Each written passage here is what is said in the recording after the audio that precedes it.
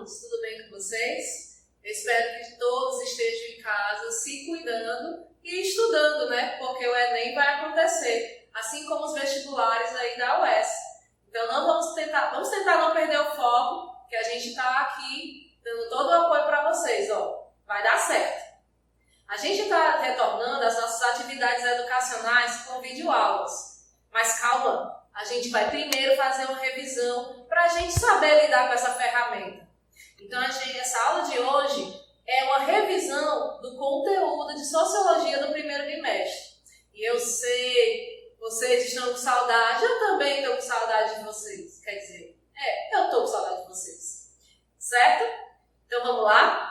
Pegue caneta e um caderno para a gente anotar.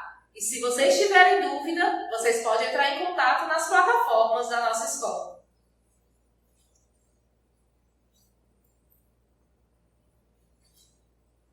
Nossa aula é de Sociologia do primeiro bimestre e é uma aula de revisão. Como vocês sabem, o Enem ele é baseado em competências e habilidades que a gente vai tentar trabalhar no ano letivo. O primeiro bimestre ele é todo baseado em duas competências, a competência 4 e a competência 1. Na competência de área 4, vocês trabalharam a habilidade 16 e a habilidade 17.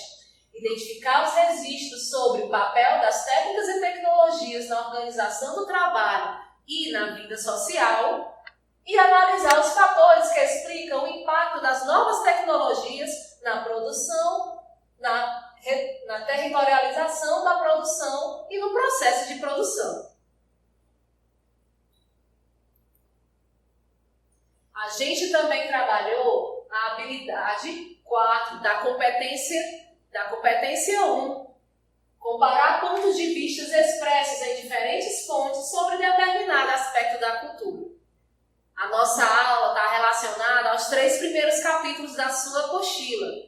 Então, se você não leu, dá uma parada no vídeo, lê o capítulo e retorna. Vai ficar muito mais fácil de compreender.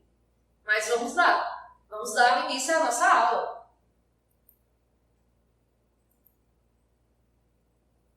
E tudo começa na Idade Moderna.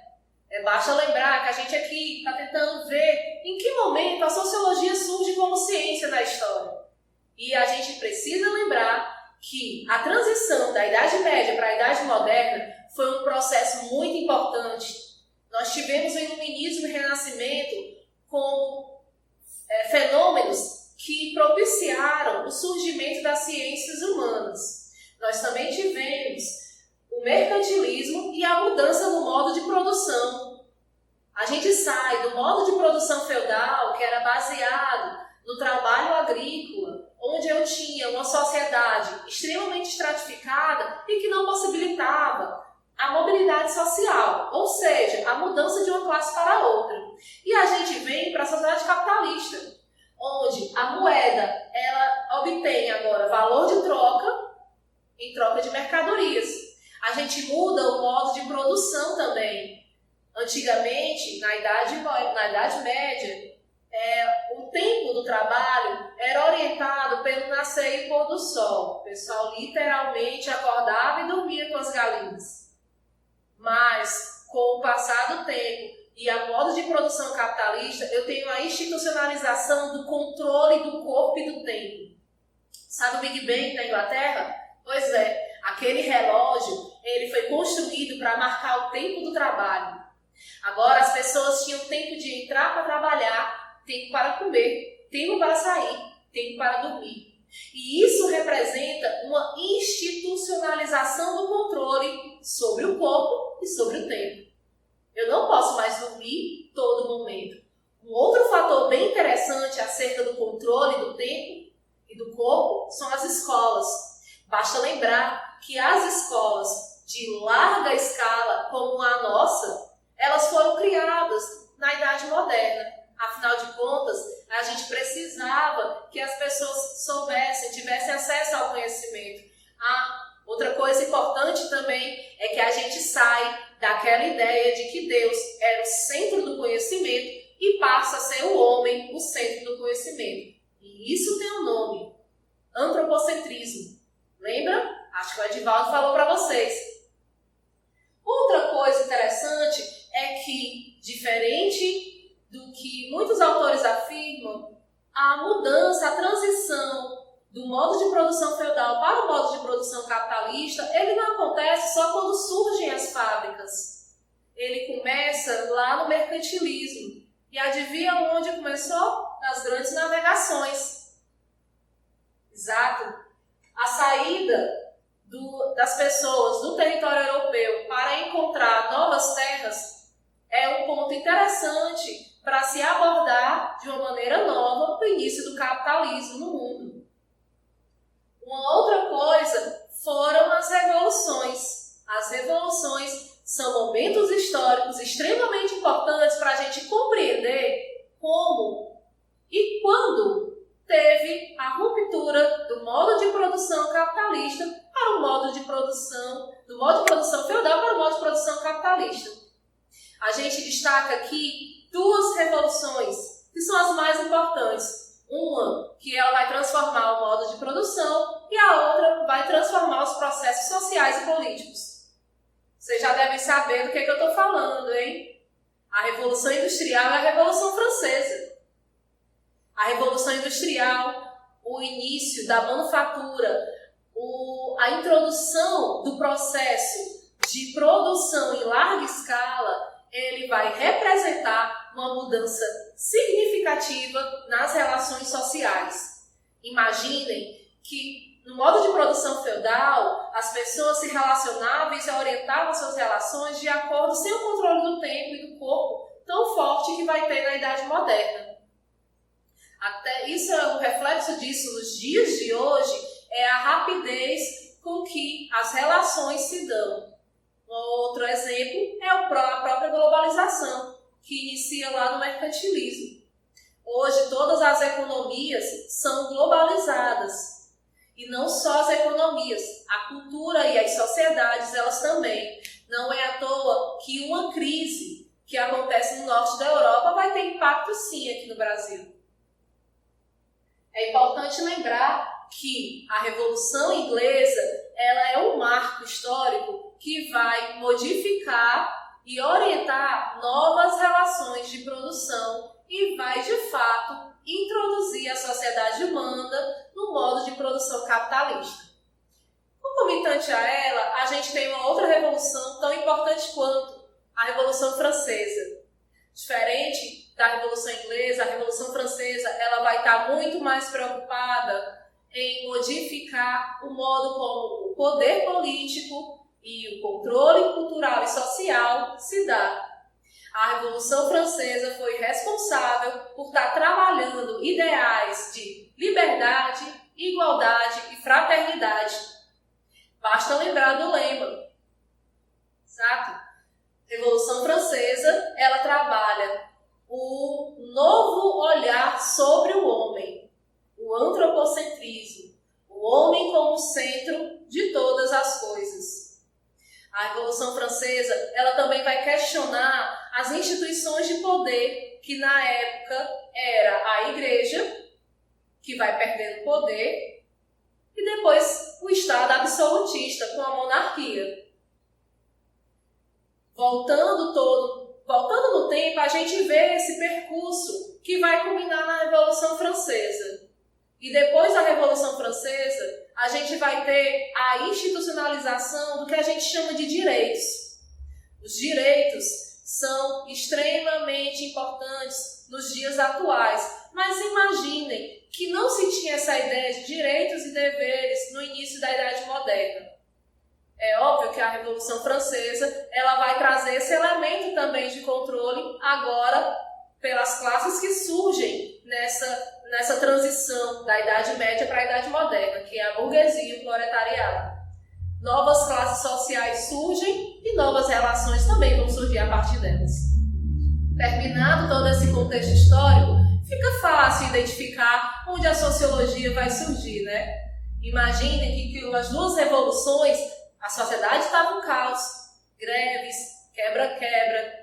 A sociedade, a classe proletária, queria parar a revolução só na institucionalização da classe burguesa no poder. Ela também queria chegar lá. E é óbvio que, com o decorrer do tempo, a burguesia que conseguiu chegar ao poder queria se manter. Então, toda a produção científica do início da Idade Moderna, ela vai ser produzida, vai ser cuidada, vai ser orientada a cuidar dessa sociedade que está vivenciando esse caos estrutural. E, adivinha, a sociologia ela surge com essa função, com esse intuito de controlar essa desordem.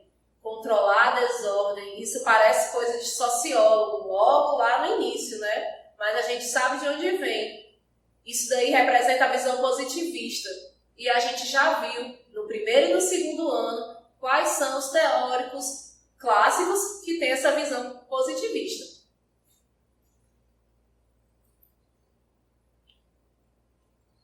Antes da gente focar nas correntes, vamos primeiro ver o que de fato é sociologia. Eu trouxe uns coleguinhas aqui para estar dizendo a opinião deles acerca da sociologia. A gente começa com o Giddens.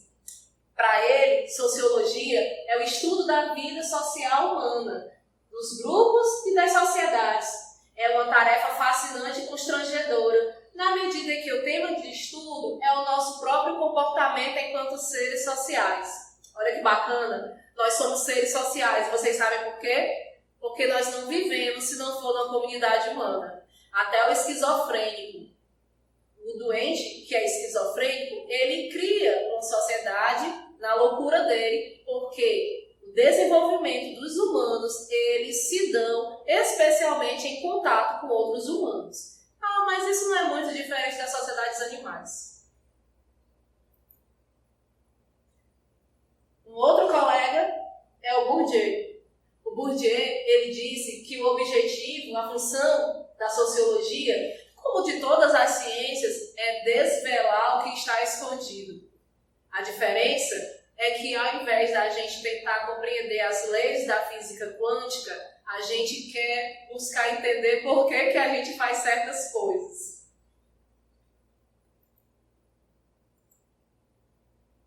E, por fim, eu trago um carinha que eu gosto muito, que é o Peter Berger. Peter Berger, ele diz que o sociólogo é uma pessoa intensa, é interminável, e é desavergonhadamente interessada nos atos dos homens. Mas isso daqui parece a descrição de um fofoqueiro, né? Mas calma, nós sociólogos fazemos tudo isso com o olhar da ciência, ou seja, com métodos. E seu interesse dominante será o mundo dos homens, as suas instituições, a sua história e as suas paixões. Deu para perceber mais ou menos o que é sociologia, né? Depois disso fica fácil. Agora entender como foi que ela nasceu, por que ela nasceu e como é que ela vai se desenvolver.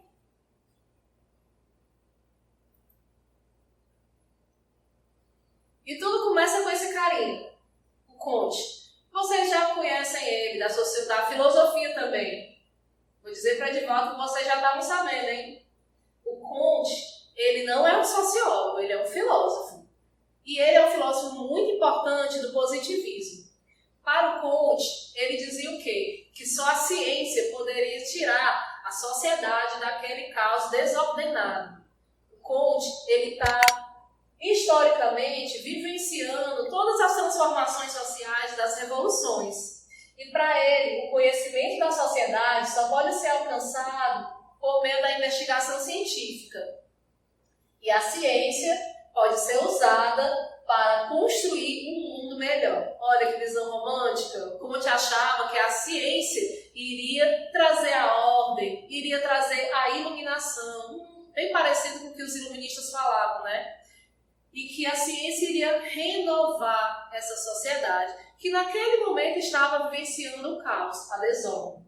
E aí ele coloca a sociologia como a sociedade, o estudo científico da sociedade. Mas, lembrem, Comte acreditava que a sociedade ela evoluiu, ela se desenvolveu de acordo com 3 estados.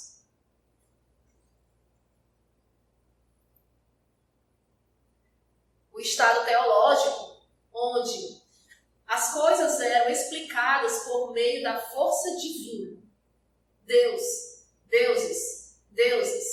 Todos eles explicavam por que o céu é azul, por que a água corre para baixo ou para cima, depende de que lugar do hemisfério você está, ou porque o ímã é capaz de prender no ferro.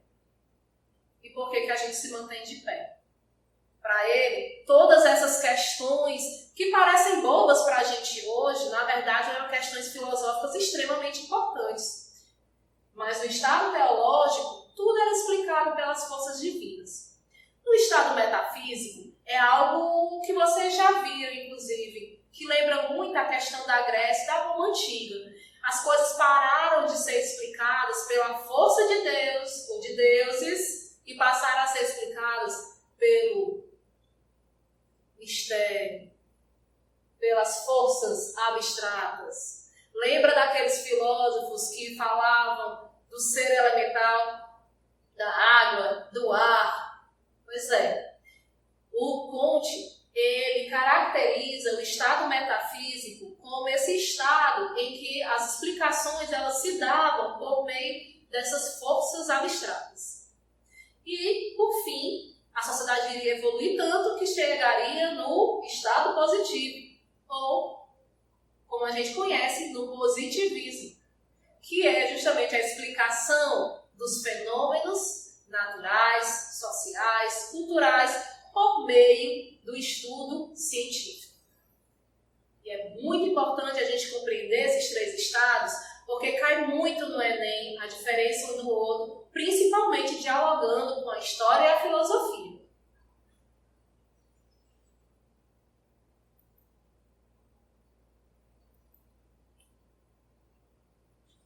E chegamos na sociologia clássica.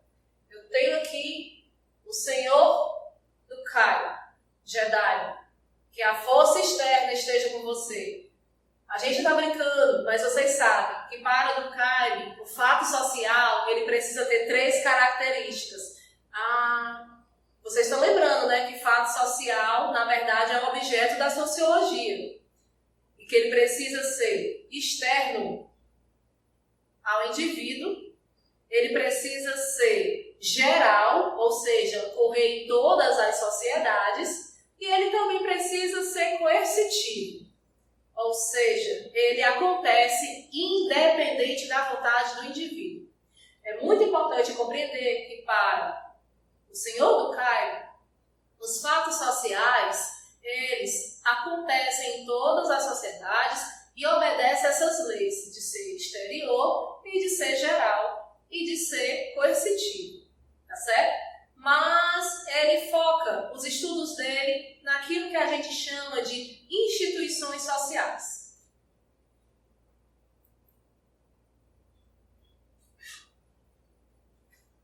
Ele diz que a sociologia é a ciência das instituições sociais e que as instituições sociais são a gênese, é o coração do funcionamento da sociedade.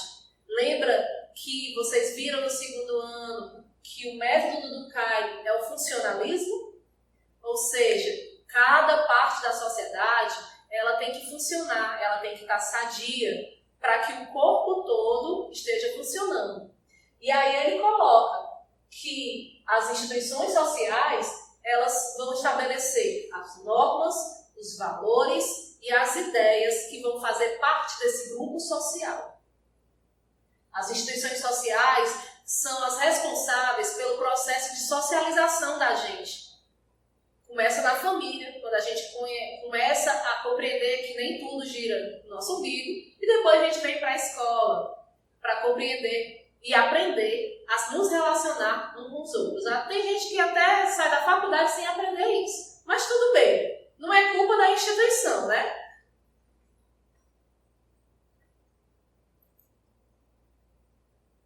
Vamos ler aqui. Nós saímos de comunidades homogêneas e simples para as sociedades mais complexas.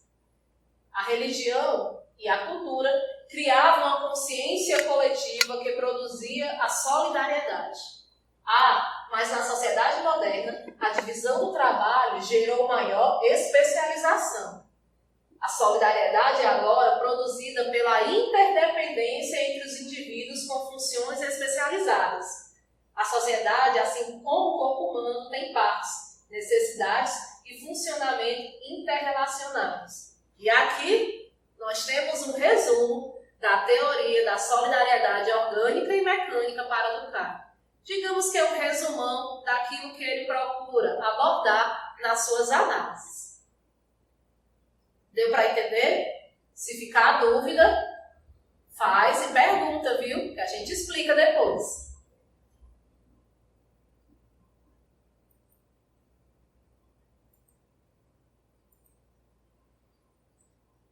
Olha aí quem apareceu, o senhor Marx. Marx, ele não era um sociólogo, gente, mas tudo que ele escreveu e produziu em vida e pós-vida, né?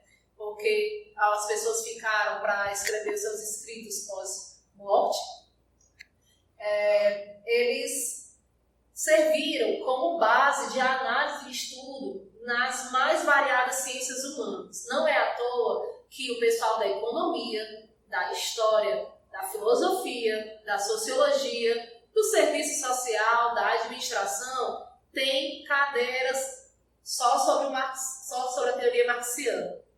O Marx, na verdade, ele é doutor em filosofia. E ele dizia o quê? Que os filósofos limitaram-se a interpretar o mundo e só interpretar. Mas para ele era necessário interpretar e modificar a sociedade. Então a teoria marxista, ela vem com esse propósito. E a teoria marxista, ela traz uma visão crítica para a sociologia, tendo em vista que a sociologia, quando ela surge, ela é baseada no positivismo. Os sociólogos, os primeiros sociólogos, eles estavam ali para buscar o ordenamento social e não para compreender nem modificar os processos. A visão marxista ancorada à sociologia, ela traz uma visão mais crítica da sociedade, faz com que se pergunte se é possível realmente aquela sociedade desigual. E o Marx, ele vem contribuir muito com seus escritos e depois dele os outros sociólogos que foram pela linha marxista.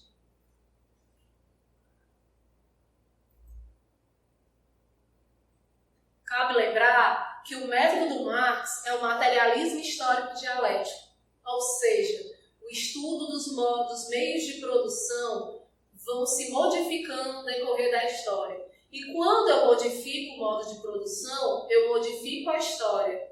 E quando eu modifico a história, eu modifico o modo de produção. Vocês conseguem pegar materialismo histórico dialético? Funciona desse jeito. Marx, ele foi um crítico de Hegel. Hegel é que tem essa ideia da dialética. É só lembrar daquele negócio da síntese, da tese e da antítese. Pois é, Marx dizia que, na verdade, a tese, ela modifica a realidade. E que essa realidade modificada gera novos processos sociais, como os modos de produção. E a partir do momento em que eu modifico os modos de produção, eu modifico a história, porque a história é feita pelas relações sociais. Ficou com dúvida? Tem muito material na internet que vocês podem consultar sobre o método marxista de estudo. Mas o importante é a gente compreender que para ele não adianta estudar se não for para modificar a realidade. O método marxista também traz uma perspectiva crítica à sociologia, onde é incorporado nos estudos da sociologia a mudança dessa realidade que está sendo estudada.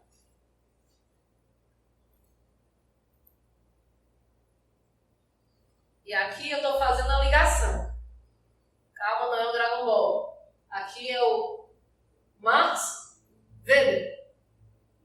O que é isso? Não dá para compreender o capitalismo sem esses dois. São duas visões diferentes, que é isso que o Cabreira quer dizer com esse quadrinho. Na verdade, Marx ele olha o processo de surgimento da sociedade capitalista e seu desenvolvimento de uma maneira um pouco determinista. Já o Max Weber, ele vai abordar de uma outra maneira o mesmo fenômeno. Mas, na verdade, hoje em dia, nós temos um consenso na sociologia que não dá para perceber as modificações e as transformações da sociedade capitalista sem levar em consideração os dois olhares.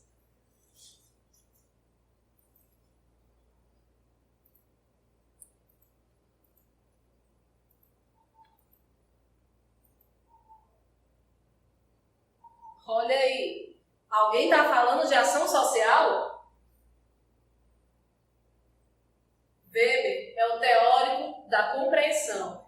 Ele fala que é necessário a gente compreender os motivos das ações sociais. As pessoas abrem seus guarda-chuvas quando chove, mas isso não é uma ação social, pois não é orientada pelas demais pessoas, mas pela necessidade de se proteger. Então, uma coisa é uma ação individual e racional, como abrir um guarda-chuva num dia de chuva. Outra coisa é uma ação social orientada pelo grupo do qual você faz parte. Sabe aquele exemplo que eu dei sobre o pessoal quebrar a cadeira no Castelão? Ah, mas ele nunca ia quebrar uma cadeira, ele não é violento. Mas naquele momento, naquele fenômeno, naquele determinado fenômeno de jogo, ele é envolvido pela ação dos outros atores também. E aí levou o rapaz a quebrar as cadeiras. Existem vários exemplos assim que a gente pode estar analisando as ações dos indivíduos. Por exemplo, alguém que vai para uma festa e não bebe, mas começa a beber. Ou você faz parte de um grupo da escola, mas você não gosta muito de estudar, mas você é tão influenciado que você passa a estudar pelos outros. Pois é, as ações sociais, elas são ações individuais, mas elas são orientadas pelos outros indivíduos, dentro da perspectiva de Max Weber. E olha o mais legal, depois disso eu vou ter um conjunto de ações sociais que vai ter aquele chamado tipo ideal. O tipo ideal nada mais é do que um exagero metodológico que o Weber usa para poder analisar uma sociedade. É um conjunto de ações sociais. E lembra, a gente tem quantos tipos de ação social? Exato, 4. Ação social racional, a irracional, a de valores e a de fins. Vocês têm todo esse material na apostila de vocês. Vale a pena dar uma lida para relembrar os tipos de ação social, quais são os tipos de ação social e exemplos deles.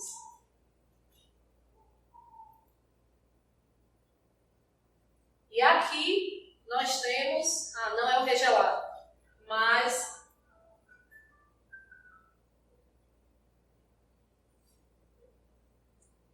e aqui nós temos, não é o regelado, é o Weber falando do poder.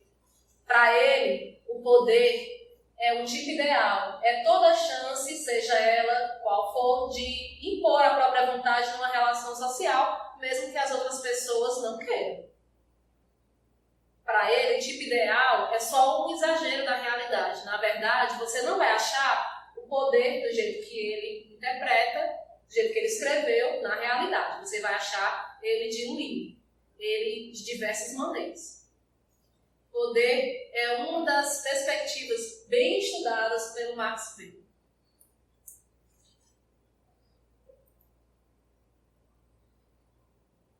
E aqui nós temos mais uma vez a explicação do que é ação social. Já deu para perceber que é um conceito bem importante, né?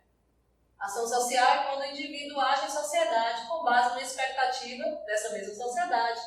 Numa sociedade de indivíduos que compartilham o sentido das ações sociais. Por isso que, para ele, o método compreensivo é o mais importante, porque ele tenta compreender a motivação de cada ação social.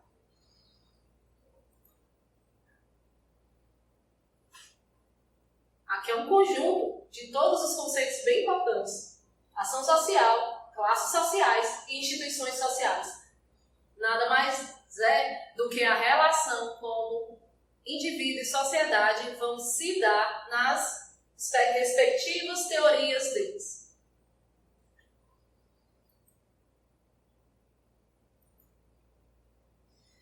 Ufa, já estamos acabando, né? Agora, para finalizar, a gente tem a parte de sociologia do Brasil, mas calma, nós temos muitos sociólogos, mas vamos focar na década de 30. Antes da gente começar, cabe lembrar, a sociologia no Brasil, ela começa logo após a abolição, e ela tinha por objetivo tentar explicar como a nação brasileira, a identidade nacional e outros temas relacionados à formação do Brasil estavam sendo criados.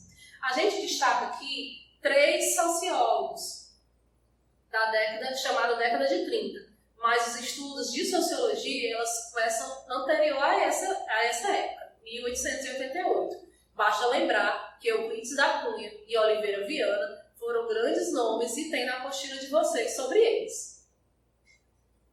Vamos começar com Gilberto Freire. Gilberto Freire, ele vai pelo lado mais antropológico da investigação social.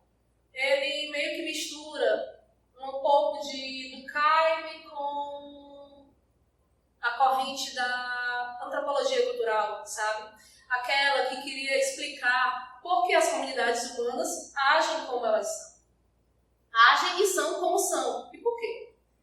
O Gilberto Freire, ele deu o conceito de democracia racial, não é dele, mas foi criado a partir dos estudos dele. O conceito de democracia racial é a questão de que não existe racismo, de que todas as raças, aqui no Brasil, elas são dadas iguais, elas têm condições iguais. E nós sabemos que não. Por isso que Gilberto Freire ele foi muito criticado pós-década de 80 nas academias brasileiras, mas ele não deixa de ser um importante sociólogo que deve sim ser estudado. E ele é sim muito mesmo cobrado no Enem e na UES. O Gilberto Freire, ele acredita que o processo de construção da nação brasileira, ela se deu a partir da relação entre as raças.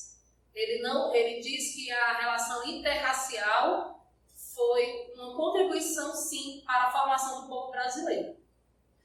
Já o Sérgio Buarque de Holanda, ele vai lá com uma visão mais weberiana do Brasil.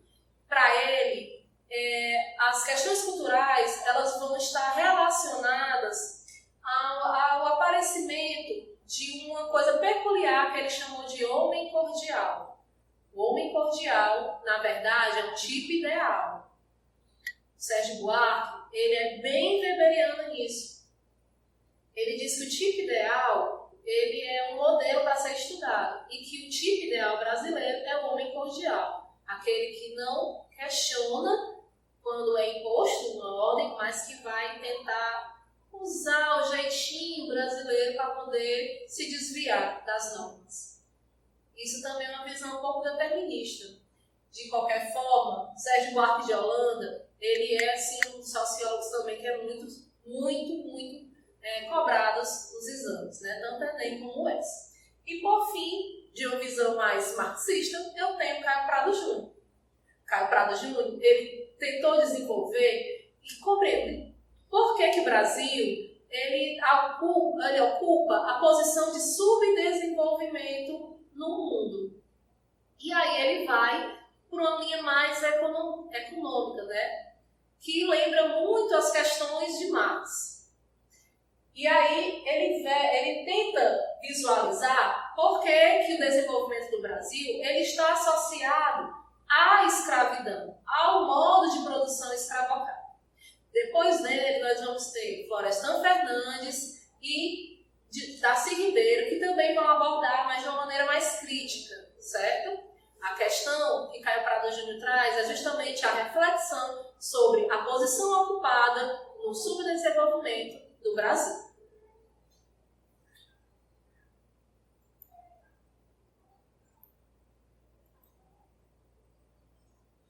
Bom, gente, por hoje é só. Ufa, eu pensei que eu não fosse terminar. A gente vai agora para a explicação das atividades. Se vocês tiverem dúvidas, como eu já disse, procurem os meios das redes sociais da escola e as nossas plataformas. Fica como sugestão de atividade a realização das atividades dos capítulos de 1 a 3 na sua apostila. faz o exercício, tira foto e manda pelo Class ou pelo meu e-mail, que, como eu disse, vai estar na descrição desse vídeo. Qualquer dúvida, na quinta-feira, eu vou estar lá disponível para estar tirando tanto no Class como vocês também podem mandar e-mail, certo? Fiquem com Deus, se cuidem e até a próxima aula. Um cheiro!